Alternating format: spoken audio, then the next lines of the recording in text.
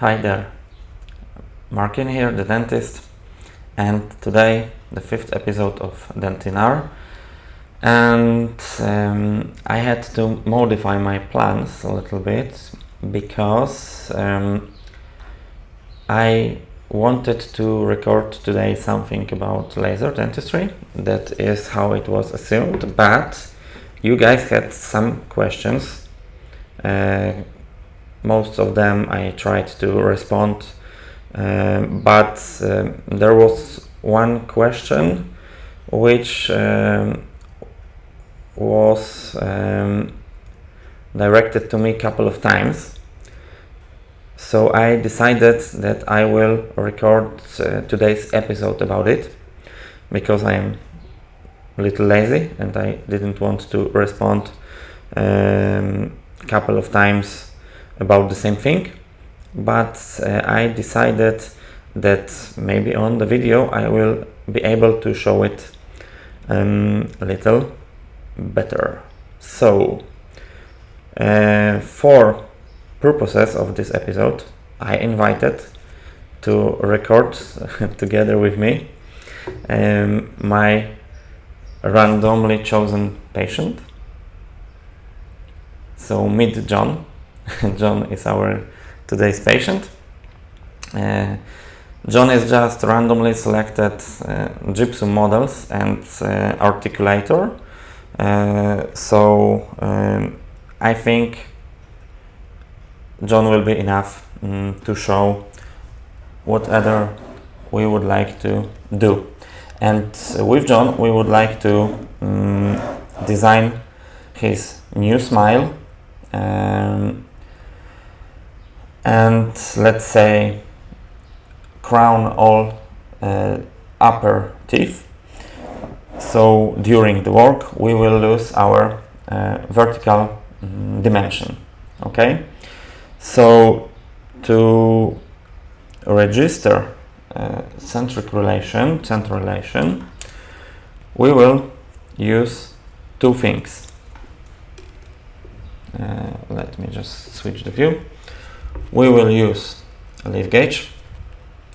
This is it. We will use blockout resin, and we will use our articulation piece of paper. Okay? And what do we do with our John? So we assume that we haven't touched John's teeth yet, but we want to prepare our mock-up to know how much we will need to prepare John's teeth to get our assumed result. Okay, so let's say that those are John's teeth, and we take our leaf gauge and we start our deprogrammation. But maybe I will tell on the beginning what is the leaf gauge. Leaf gauge is, let's say, 55, 56 pieces of paper that are connected on the one end, and each one of paper has 0.1 millimeter thickness. So 56 of them should be 5.6 millimeter. Okay. This is multiple use, so you can sterilize it. It's not single use. And what we want to do is to tell our patient, our John, to do some couple of exercises using a leaf gauge. We tell him to put the leaf gauge on his or her lower central incisors and to delicate close her mouth and to hold with her fingers the leaf gauge let's say, a little parallel as much as possible to the floor. Okay, and then we tell John, please move your mandible into the front using this leaf gauge as a little fence, so not bite it very strong. Just move your teeth along it as much as you can forward. Okay, but as much as you can, I mean this not causes any pain. And hold like this for 20 seconds. Then we tell John to move his mandible back as much as he can, but again not causing any pain, and hold like this for 20 seconds again. And then in this backward position to bite her teeth or his teeth with half of force that he has in his muscles. Okay, and also count to 20, and then again move forward, count to 20 and hold like this, move backwards, count to 20 and hold like this, and bite with half of his force and count to 20. And not we, but our patient do those exercises for about 20-30 minutes until we notice that our muscles are, let's call it, relaxed. We can notice it by palpation, and after that we will try to register our bite. And what is important now, we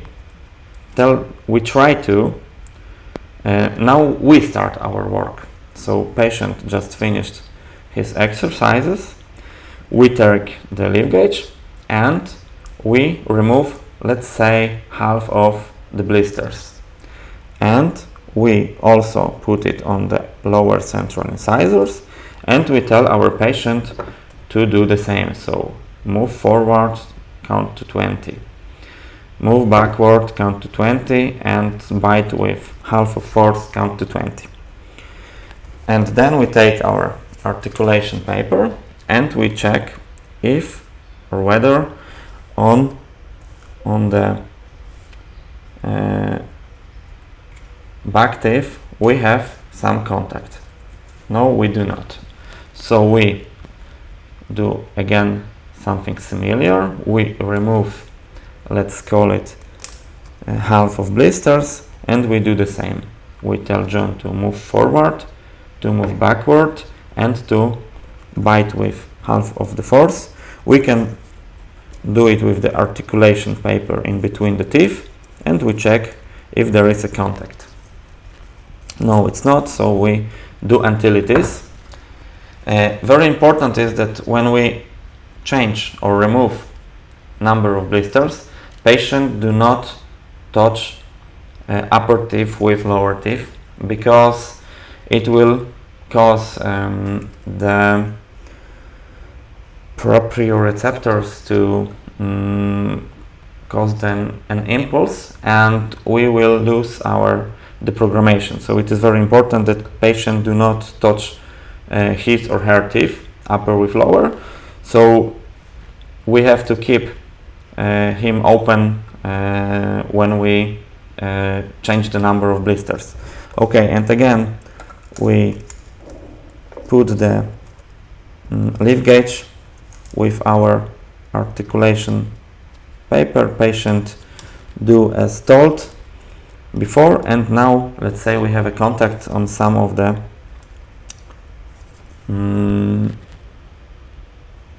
back teeth, and let's assume that here we have this contact when we use, let's say, 10 blisters, but to show it better, I will assume that these are our 10 blisters. So we have a contact on some of back teeth with our 10 here little more blisters. And what we do, we tell patient that we know that we have contact on these 10 blisters. We told him again to move forward, move backwards, and bite with half of his force. And what we do, we just put blockout resin like here, and we light cure it. Instead of blockout resin, we can use also, let's say, red flowable composite, and I think it should do the same good as blockout resin. We do the same on the other side, and again we light cure it.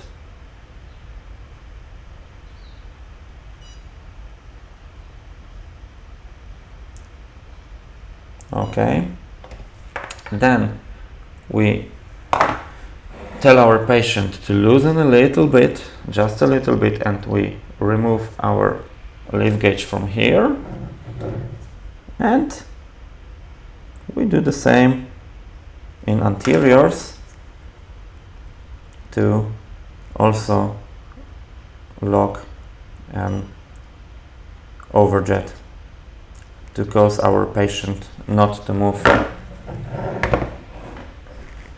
with her or his teeth. And then we take our intraoral scanner and we start scanning our occlusion.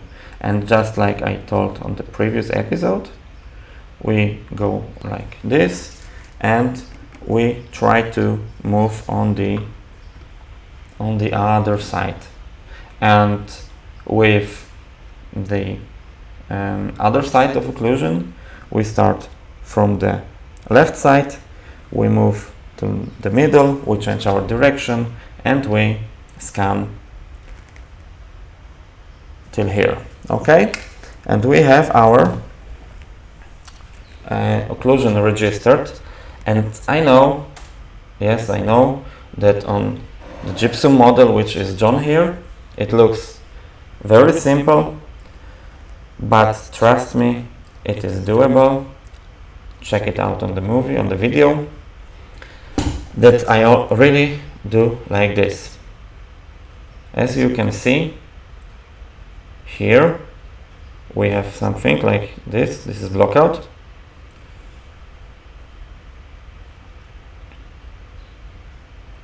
Here we also placed some blockout. And here we also placed blockout, and trust me, this case was much more difficult because we had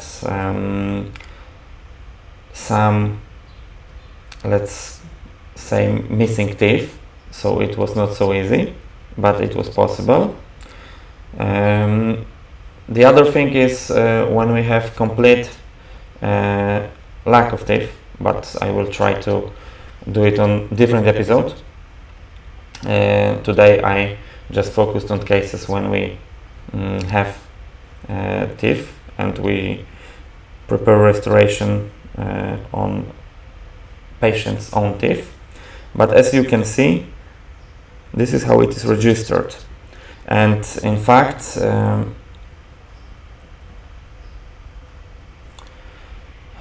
this was not very difficult. Trust me, believe me, this was not very difficult. This took only a couple of minutes.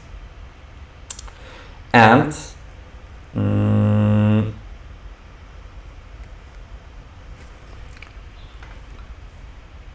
on this registered bite, we will be able to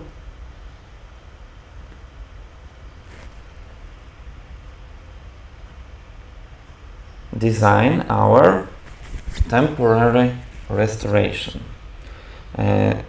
So we assume that what I showed on the gypsum model, we done after preparing the teeth. So we first prepared our mock-up, then we prepared our teeth according to our mock-up, and then we performed with the programmation and registering of central relation.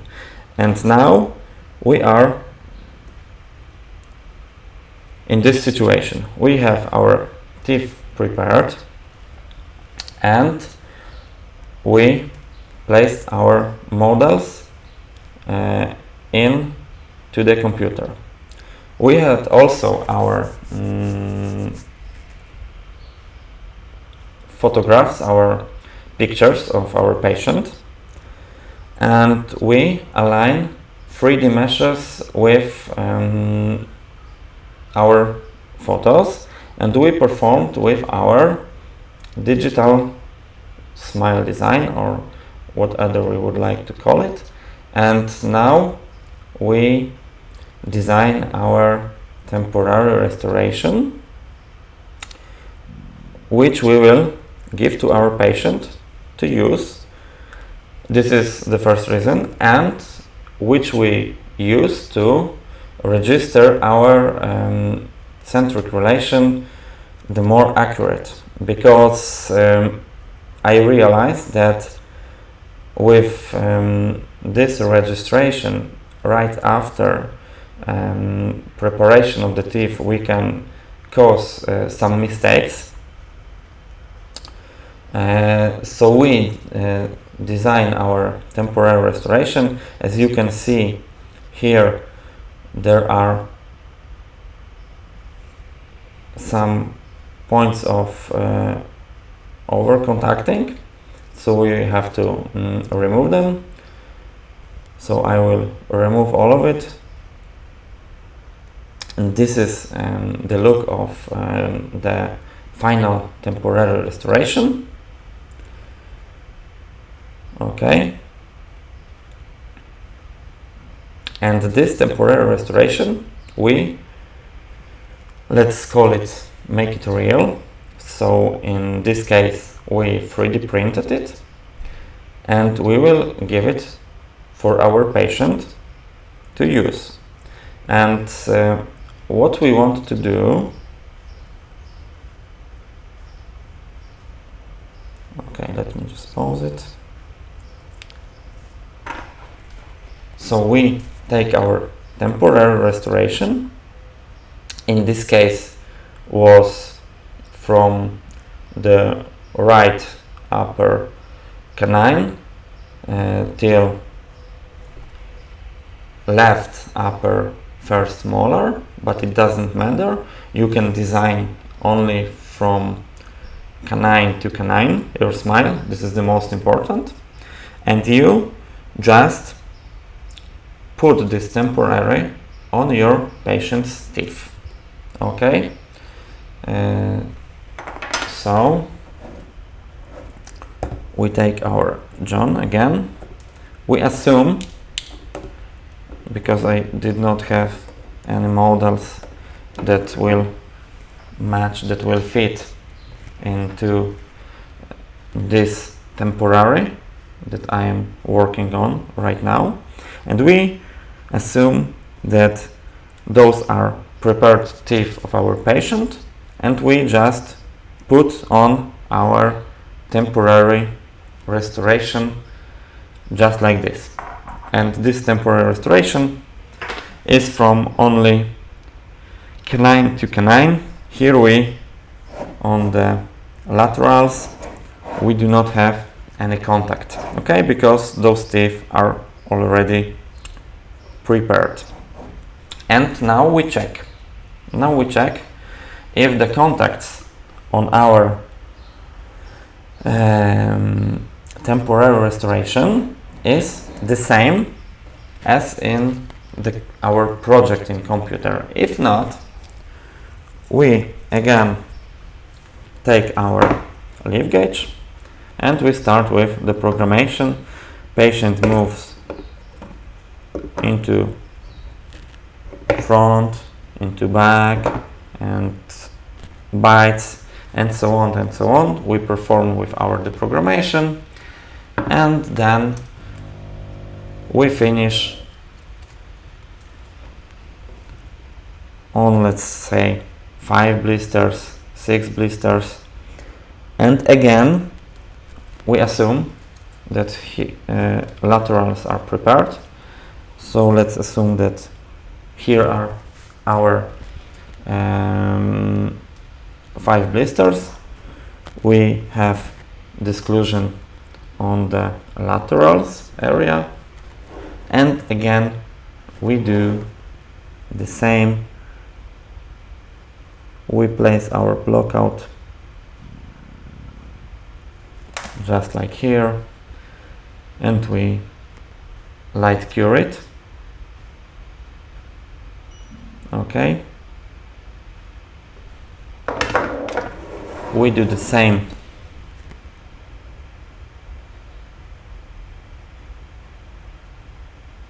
on the laterals, and as I told before, you can use red flowable composite. I think it should be better than blockout, because algorithm of software is, let's call it like it is used to have something red in between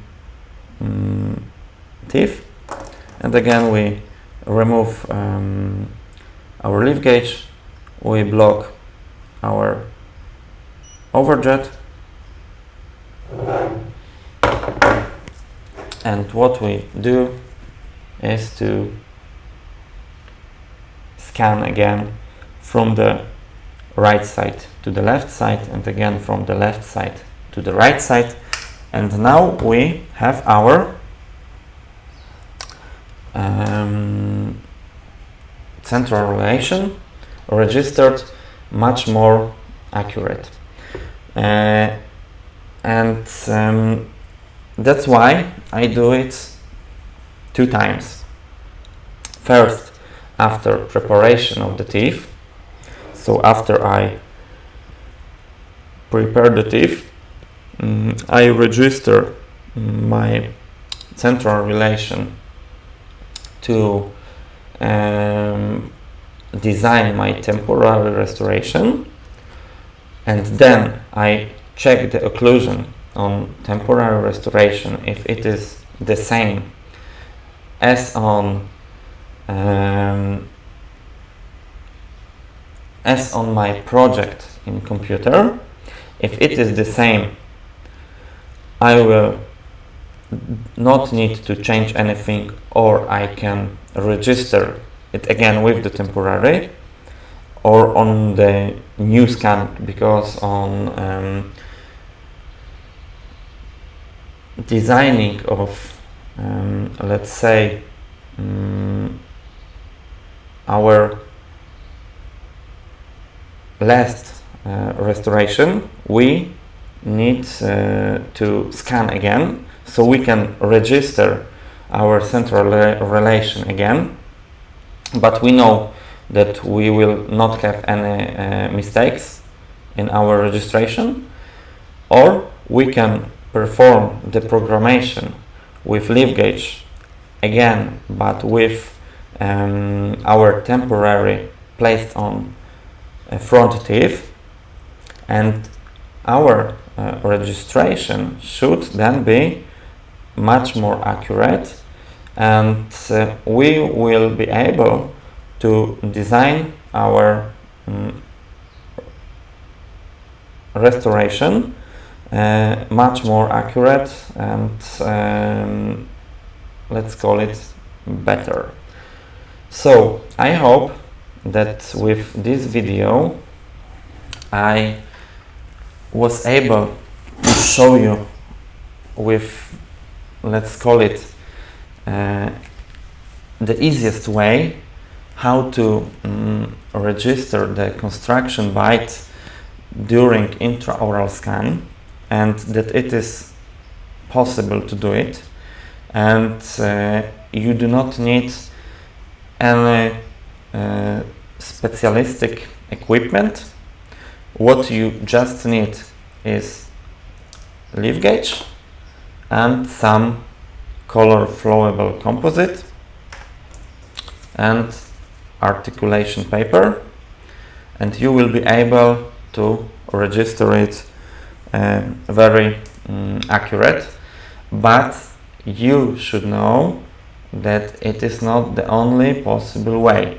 This is just my way, which I wanted to show you because some people asked me about it, and I think that there are not much, but there are probably couple of other possibilities to do it. This is just mine.